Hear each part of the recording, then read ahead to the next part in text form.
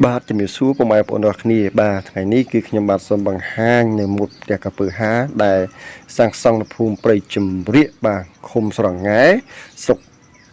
ត្រាំងខេត្តតាកែវផ្ទះលោកតាជុំនិងយីភីបាទគឺត្រូវបានរួចរាល់ជាស្ថាពរគឺបាទបញ្ចប់ហើយបងប្អូនបាទគឺគម្រោងនេះត្រូវបានបញ្ចប់ហើយខ្ញុំបាទក៏ជាអ្នក review ក៏សូមបាទស្វាគមន៍នៅទទួលនៅគម្រោងថ្មីបាទគម្រោងថ្មីបន្តបើសិនជាបងប្អូនមានចំណាប់អារម្មណ៍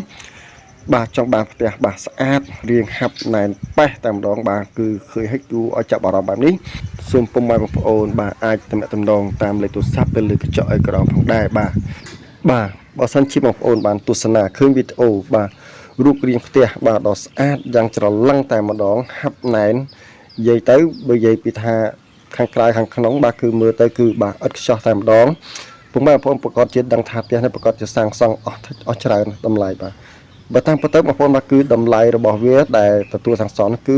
15,000 តែប៉ុណ្ណោះបងប្អូនបាទគឺអាចកាន់សោចូលនៅបាទគឺមានផ្ទះយ៉ាងស្អាតយ៉ាងស្រឡឹងតែម្ដងបាទអញ្ចឹងបើសិនជាពុកម៉ែបងប្អូនមានចំណាប់អារម្មណ៍សូមតាក់ទងមកចោះបាទក្រុមសំណងពួកខ្ញុំអាចទទួលសាងសង់ភ្លាមៗតែម្ដង